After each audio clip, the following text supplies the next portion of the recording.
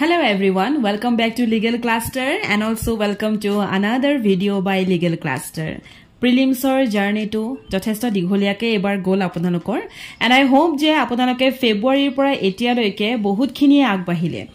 আৰু এনেকুৱা বহুত ষ্টুডেন্টছৰ হয় যে প্ৰিলিমছৰ বাবে তেওঁলোক ৰেডি থাকে কিন্তু মেইনছৰ বাবে তেওঁলোক সম্পূৰ্ণভাৱে ৰেডি নাথাকে আৰু তেনেকুৱা ধৰণৰ ষ্টুডেন্টছৰ কাৰণে আমাৰ legal cluster team legal cluster লৈ আহিছে আপোনালোকৰ কাৰণে এটা মেইনছ জাৰ্নি এই জাৰ্নিটো আপোনালোকে আমাৰ লগতে ষ্টাৰ্ট কৰিব পাৰিব যদিহে আপোনালোকে ভাবে যে লিগেল ক্লাষ্টাৰ এটা আপোনালোকৰ বাবে সুবিধাজনক প্ল্যাটফৰ্ম হয় তেতিয়া আপোনালোকে এই জাৰ্নিটো আমাৰ লগতে ষ্টাৰ্ট কৰিব পাৰিব এতিয়া হৈ গল যে মেইনছ এই বস্তুটো আমি কেনেকুৱা ধৰণৰ বস্তু তাত আমাৰ কেনেকুৱা থাকিব সেই গুটেখিনি পটাৰ আগত মই আপোনালোকক এটো কৈ থওঁ যে কেতিয়াবা এনেকুৱা হয় যে প্ৰিলিমছৰ কাৰণে আপোনালোকে পঢ়ি আছে আপোনালোক নিজেও বহুত মানে 99% আপোনালোক শিওৰ যে প্ৰিলিমছত হৈ যাব যেনে তেনে হলেও উলাই যাবগে কিন্তু মেইনছৰ কাৰণে আপোনালোকে এতিয়াও ৰেডি নহয় বা কেতিয়াবা এনেকুৱা হয় যে আমি ল পেপাৰছ খিনিৰ বাবে ৰেডি হৈ থাকো সেই 8খন পেপাৰ আমাৰ ৰেডিয়ে থাকে কিন্তু আমাৰ ইংলিশ অসমীয়া বা জেনাৰেল নলেজ যিখন আছে যিখন জেনাৰেল ষ্টাডি তাক লৈ আমাৰ প্ৰবলেম থাকে বা কেতিয়াবা এনেকুৱা হয় যে আপোনালোকে যথেষ্টখিনি ৰেডিয়ে হৈ আছে কিন্তু তথাপিতো হয়তো আপোনালোকে আনসাৰ ৰাইটিংত প্ৰবলেম পাই আছে আৰু নাইবা আপোনালোকৰ সেই যেটো নিজৰ ফালৰ পৰা যেটো 100% বুলি কয় সেই বস্তুটো আপোনালোকৰ অহা নাই বা নিজৰ প্ৰতিও সেই বস্তুটো আপোনালোকৰ নাই যে মই 100% শিওৰ মই এবাৰ মেইনছ ক্লিয়াৰ কৰিম সেই বস্তুটো যেতিয়ালৈকে নাথাকে তেতিয়ালৈকে আপোনালোকে চ্যালেঞ্জ সদায় ফেস কৰিব গটিকে এই জাৰ্নিটোত আপোনালোকৰ যাতে সেই চ্যালেঞ্জখিনি আপোনালোকে ইয়াতে পাই যায় আৰু জাৰ্নিটো কেনেদৰে হ'ব তাৰ বিষয়ে অলপমান কথা পাতো আহক সো আমাৰ এই জাৰ্নিটোত প্ৰথম আমি জানিব লাগিব যে ইয়াত আমি কি কৰিব লাগিব এটা মেইনছৰ প্ৰিপাৰেচন কৰাৰ মানে তাত আপোনালোকে বহুত বস্তু মিলাব লাগিব আপোনালোকৰ মাজত বহুত কোৰ্টলে যায় আৰু বহুতে হয়তো ঘৰত বহি পঢ়ি আছে গতিকে সেই গুটে সকলে প্ৰত্যেকটো মানে ক্লাস অফ পিপলে আমি জানিব লাগিব যে আমি কি কৰিব লাগিব প্ৰথম হৈছে যে আমি সিলেবাসখন চাব লাগিব আমাৰ কি আছে গতিকে আমাৰ সিলেবাসখনৰ কথা মই অলপ পিছতে পাতিম দেন হৈছে যে আপোনালোকে এটা টাইমলাইন সেট কৰিব লাগিব যে মই ইমানখিনি সময়ৰ ভিতৰত বা মই এই গুটে মাহটো ভিতৰত মই এখন পেপাৰ 15 ডেজত মই খতম কৰিম এখন পেপাৰ মই 40 ডেজত খতম কৰিম তেনেকে আপোনালোকে এটা টাইমলাইন কৰিব লাগিব ধৰক এজ ফৰ এক্সাম্পল সিপিসি যদি আমি চাও এখন পেপাৰ আপুনি এসপ্তাহত শেষ কৰিব নোৱাৰে if you study for mains প্ৰিলিমছৰ কাৰণে পাৰিব কিন্তু মেইনছৰ কাৰণে এখন পেপাৰ এসপ্তাহত নোৱাৰে গতিকে আপোনালোকে বেসিকৰ পৰা পঢ়িব লাগিব ইন্টাৰমিডিয়েট ক্ৰছ কৰি এডভান্স লেভেললৈকে আপোনালোকে যাব লাগিব সেই কাৰণে এটা টাইমলাইন আমাৰ সেট কৰাটো ইম্পৰ্টেন্ট হয় আৰু সেই টাইমলাইনৰ মতে আমাৰ এখন ষ্টাডি প্ল্যান আমাৰ থকাটো উচিত হয় দেন পইণ্ট নম্বৰ 3 হৈছে ডেইলি আনসাৰ ৰাইটিং প্ৰেক্টিস এতিয়া বহুতে ভাবে যে মেম আনসাৰ ৰাইটিং কৰপৰা কৰিম ৰিসেন্টলি মই দুদিন মানৰ আগত লাইভ আহিছিলো আৰু সেই লাইভ আহুতেও কোনোবাই মোক এই প্ৰশ্নটো কৰিছিলে যে মেম আনসাৰ ৰাইটিং কৰপৰা কৰিম আনসাৰ ৰাইটিং আপোনালোকে সদায় টপিকস লৈ পেলাই কৰিব যেটো টপিক আপোনালোকে পাইছে তাৰ ওপৰত আপোনালোকে আনসাৰ ৰাইটিং কৰক আৰু আমাৰ ফালৰ পৰা আনসাৰ ৰাইটিং টপিক ওয়াইজ আপোনালোকক আমি কোৱেশ্চন দিম সেইমতে আপুনি আনসাৰ কৰিব লাগিব আনসাৰ কেনেকৈ কৰে সেইখিনিও আমি শিকাই দিম এনালাইজ প্ৰিভিয়াস ইয়াৰ কোৱেশ্চন এইখিনিতে আপোনালোকৰ এটা টেনশন মুক্ত আপোনালোকে সকলোৱে জানে লিগেল ক্লাষ্টাৰত আগৰ যদি কোনোবা ষ্টুডেন্ট আছিলে আৰু যদি এই ভিডিওটো চাই আছে তেতিয়াহলে সেই সকলেও জানে যে লিগেল ক্লাষ্টাৰত অহাৰ পিছত প্ৰিভিয়াস ইয়াৰ কোৱেশ্চনৰ নামত আপোনালোকে সময় একেবাৰে নিজৰ ফালৰ পৰা নলব কাৰণ প্ৰিলিমছে হক মেইনছে হক আমি প্ৰিভিয়াস ইয়াৰ কোৱেশ্চনৰ পৰা আপোনালোকক সেই কোৱেশ্চনছখিনি পাৰ টপিক হিচাপে আমি দি যাও গতিকে এজ ফৰ এক্সাম্পল আমি যদি টপিক লৈছো থেফট আমি যদি এই টপিকটো লৈছো ইয়াত লাষ্ট 10 to 12 ইয়াৰ্স কি কোৱেশ্চন আহিছে সেইখিনি বস্তু আমি দি যাও গতিকে আপোনালোকে এনালাইজ যেটো কৰিব প্ৰিভিয়াস ইয়াৰ কোৱেশ্চন সেই বস্তুটোৰ কাৰণে আপোনালোকে প্ৰিভিয়াস ইয়াৰ কোৱেশ্চন মেলি তাৰ পিছতে এখনকে পিডিএফ চাই এখনকে প্ৰিন্ট আউট চাই পেলাই সেইবিলাক একেবাৰে কৰিব নালাগে আপোনালোকৰ টাইম সেভ হ'ব আমি আপোনালোকৰ বাবে টপিক ওয়াইজ প্ৰিভিয়াস ইয়াৰ কোৱেশ্চন লৈ আহিম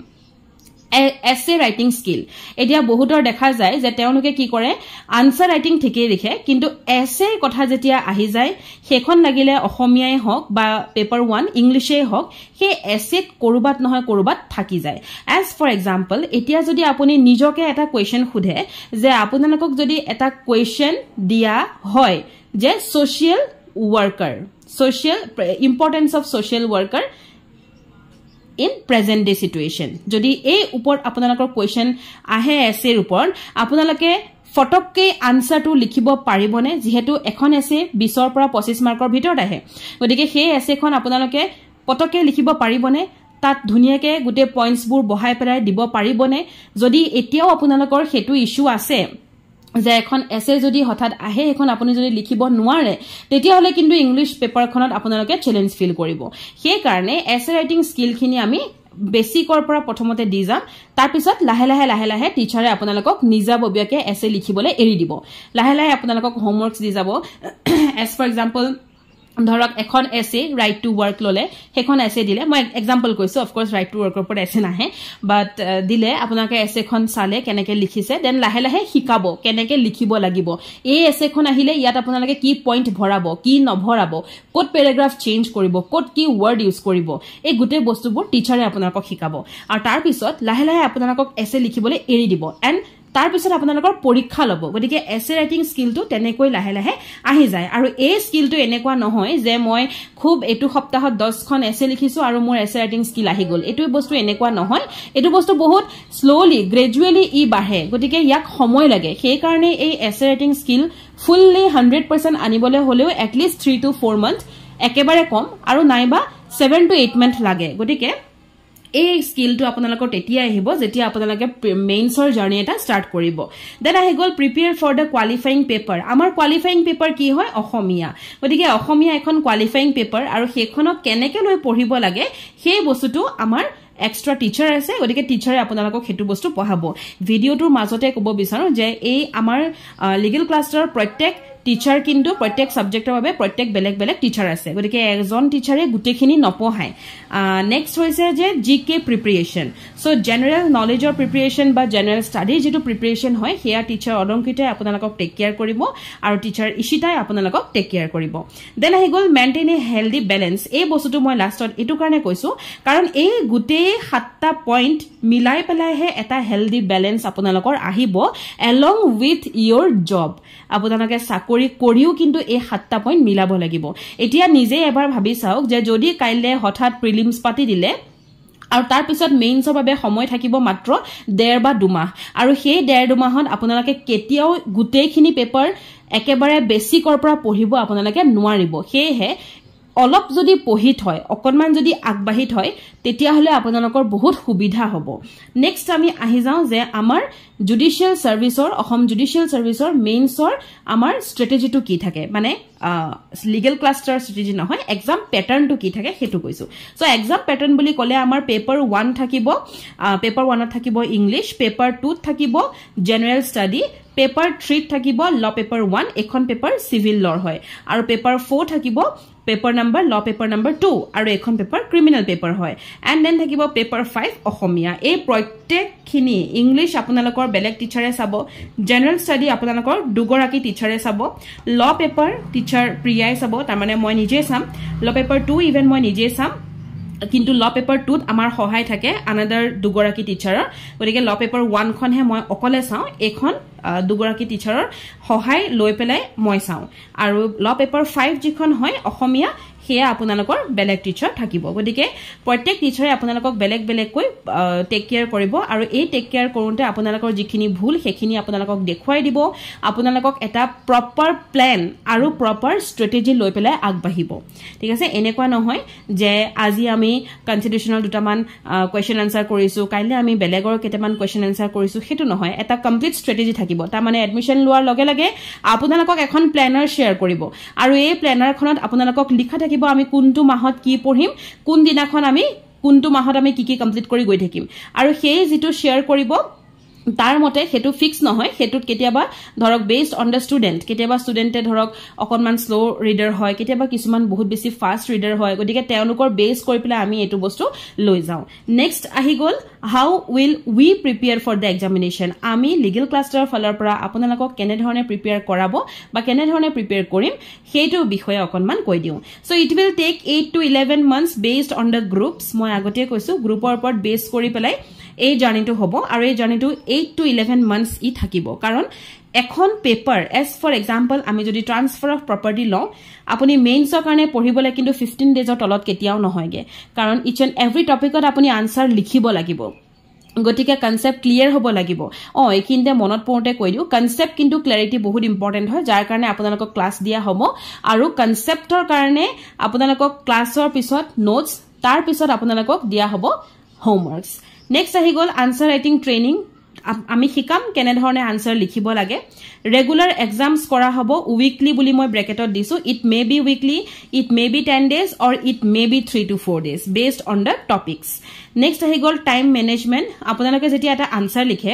as for example প্ৰথমতে আপোনালোকে আমাক 50 মাৰ্কছৰ পৰীক্ষা দি আছে লাহে লাহে হে 100 মাৰ্কছৰ পৰীক্ষা দিব যেতিয়া 100 মাৰ্কছৰ পৰীক্ষা দিব তেতিয়া ফিল কৰিব যে মেম হাতখন বিখাইছে কাৰণ মই ষ্টুডেন্টৰ পৰাই বস্তুটো মানে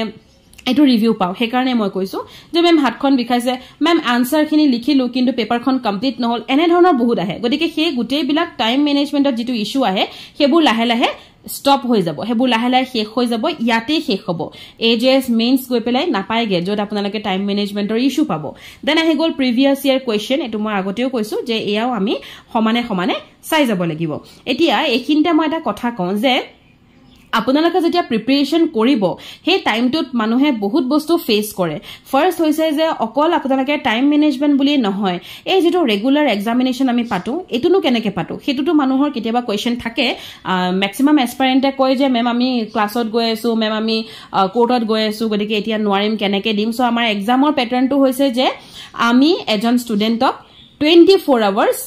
আমি সাৰ্ভিস দিও গতিকে 24 আৱাৰ্সৰ ভিতৰতে আপোনালোকক এটা লং টাৰ্ম দিয়া হ'ব যে ধৰক ৰাতিপুৱা 6টাৰ পৰা বা ৰাতিপুৱা 9টাৰ পৰা ৰাতি 1টা লৈকে এই যেটো দীঘলীয়া সময় দিয়া হয় সেই সময়টোৰ মাজত আপোনালোকে যেতিয়া পৰীক্ষা দিব পাৰে সেই সময়তে আপোনালোকে পৰীক্ষা দিব লাগিব আৰু আপোনালোকৰ পৰীক্ষা দিয়াৰ পিছত সেই পেপাৰখন আমি উইদিন 48 আৱাৰ্স চাই পেলাই আপোনালোকক ৰিভাৰ্ট বেক কৰিম এতিয়া ইয়াত এটা আৰু এটা কথা থাকে যে ক্লাস মেম কেনেকে হ'ব ক্লাস কেতিয়া কৰিম সো ক্লাস বিলাকো কেনেকে হয় যে এটা particular topic as for example আমি টপিকটো লৈ লৈছো ধৰক প্ৰিএম্বল ঠিক আছে প্ৰিএম্বল এই প্ৰিএম্বলৰ ওপৰত আপোনালোকক মই এটা ক্লাস শেয়াৰ কৰিম যেটো ক্লাস আপোনালোকৰ সময়ত চাব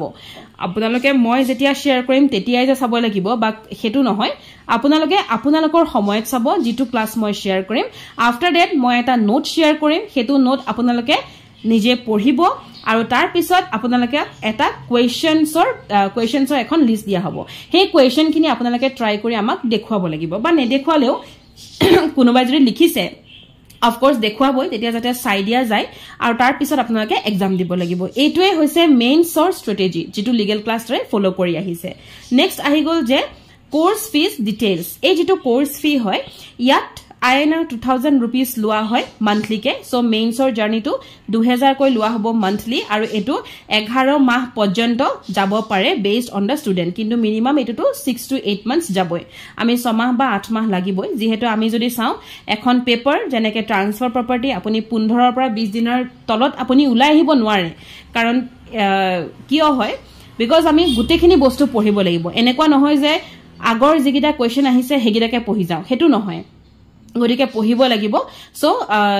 2000 rupees কে লোৱা হয় মান্থলি কিন্তু তাত দুটা বস্তু আছে এটা হৈছে আৰ্লি বাৰ্ড ডিসকাউন্ট আপোনালোকে আৰ্লি বাৰ্ড ডিসকাউন্ট পাব আৰ্লি বাৰ্ড মানে যি সকলে 10 মেৰ আগত এডমিশন লৈছে যেহেতু আমাৰ এডমিশন চলি থাকিব 14 মে লৈকে আই থিংক 13 মে লৈকে এডমিশন চলিব আৰু 15 মেৰ পৰা ক্লাস ষ্টাৰ্ট হ'ব গতিকে আৰ্লি বাৰ্ড ডিসকাউন্টত আপোনালোকে 10th মেৰ আগত জুনে এডমিশন লৈছে তেওঁলোকে গুটেই এন্টায়াৰ সেশন মানে যেতিয়ালৈকে মেইনছৰ জাৰ্নি খতম নহয় তেতিয়ালৈকে আপোনালোকে আৰ্লি বাৰ্ড এটা ডিসকাউন্ট পাব এন্ড দেন আপোনালোকৰ এটা কুপন কোড পাব আৰু সেই কুপন কোডটো এবাৰ আমাৰ টিচাৰ পূজাই দি আছে সো কুপন কোডত আপোনালোকে এন্টায়াৰ সেশনটোৰ কাৰণে এখন কুপন কোড পাব আৰু সেইখনত আপোনালোকে 3 month থৰ পেমেন্ট কৰিব লাগিব তাৰ মানে আপোনালোকে যদি এডমিশন লয় তেতিয়া প্ৰথম 3 মাহৰ যদি এডমিশনৰ ফিসটো আপোনালোকে ক্লিয়াৰ কৰে প্ৰথমতে তেতিয়া হলে এখন কুপন কোড পাব আৰু এই কুপন কোডৰ মতে আপোনালোকৰ কি হ'ব যেটো ফিস হ'ব এটো 2000 rupees আছিল ৰাইট গতিকে এই 2000 টো আপোনালোকে এটা কুপন কোডত এপ্লাই হ'ব যত আপোনালোকৰ কিবা এটা ডিসকাউন্ট থাকে আৰু লগতে আপোনালোকৰ যেটো শেষৰ মান্থ হ'ব শেষৰ মান্থত এই যেটো ডিসকাউন্ট আপোনালোকৰ লাগি আছিল তাৰ পৰাও ইভেন আৰু এটা ডিসকাউন্ট আপোনালোকক দিয়া যায় গুটে শেষৰ মাহটোত গতিকে সেই বস্তুটোৱে হৈছে আমাৰ course fees details and then আমি চাও যে কন্টাক্ট আপোনালোকে কন্টাক্ট কেনেকে কৰিব পাৰিব so first of all we are available only in WhatsApp আপোনালোকে WhatsApp কৰিব for enquiry by admissionৰ কাৰণে at this number which is 8486211616 এই নম্বৰটোত আপোনালোকে WhatsApp কৰিব grade 3 বুলি মেনশন কৰিব আৰু কোনোবাই যদি কুপন বিচাৰে যিখন কুপন কোডৰ কথা মই কলো এই কুপন কোডখন বিচাৰিলে টিচাৰ পূজা বুলি আপোনালোকে মেনশন কৰিব লাগিব গতিকে টিচাৰ পূজা বুলি মেছেজতে মেনশন কৰিব and then last date of admission is 14th May আৰু class start হ'ব আপোনালোকৰ 15th May পৰা ঠিক আছে 14th May is the last date of admission আৰু 15th May আপোনালোকৰ class start হ'ব I hope যে আপোনালোকে যদি কোনোবাই মেইনছৰ জাৰ্নি স্টাৰ্ট কৰিম ভাবিছে তেতিয়া হলে আপোনালোকে লিগেল ক্লাষ্টাৰ জয়েন কৰিব পাৰে যদি আপোনালোকে চয়েছত যায় বা আপোনালোকে ভাবে যে legal cluster is a good platform তেতিয়া অফ কোৰ্স আপোনালোকে জয়েন কৰিব পাৰে and I wish you all the good luck to you আপোনালোকৰ এক্সাম যাতে ভালে হওক যদি এক্সাম হয় আৰু মেইনছৰ জাৰ্নি এটা দিঘলীয়া জাৰ্নি সময় এতিয়া যথেষ্ট পাইছে এটো নহয় যে আমি সময় নাই পোৱা এতিয়া এক্সামৰ একো যেহেতু নোটিফিকেশন নাই আহা that means আপোনালোকে সময় পাইছে গতিকে এই সময়খিনি অপব্যৱহাৰ নকৰি যাতে সেই সময়খিনি ভালকে আপোনালোকে ইউটিলাইজ কৰক আপোনালোকে সেইখিনি সময়ত মেইনছলে অন্তত ৰেডি হৈ থাকক যে এক্সামটো হলে একে ঝটকাই উলাই যাব পৰাকৈ নিজৰ ৰাস্তাটো বনাই ৰাখক কাৰণ সদায় জানিব এখন যুদ্ধৰ কাৰণে যেতিয়া প্ৰিপাৰেচন কৰা যায় সেই প্ৰিপাৰেচনটো সবতকে ইম্পৰ্টেন্ট হয় আপুনি যদি সেকেন্ড ডেউনাৰখনৰ কাৰণে ৰেডিয়ে নহয় তেতিয়া হলে আপুনি মেইনছ কেনেকৈ উলাব গতিকে সবতকে ইম্পৰ্টেন্ট আপুনি প্ৰিলিমছ আৰু মেইনছ দুইটাৰ কাৰণে সমানে ভাল কৰে প্ৰিপাৰেচন কৰি যোৱাটো ভিডিওটো সেই সকলৰ বাবেহে একচুয়ালি বনোৱা হৈছে যি সকলে এটো চ্যালেঞ্জ ফিল কৰে যে প্ৰিলিমছ গুছি যাম জেনে তেনে কিন্তু মেইনছত কি হ'ব মেইনছটো নাই হোৱা এতিয়ালৈকে একো পঢ়াই নাই গতিকে সেই টেনচনটো এতিয়া আৰু নাই thank you for watching the video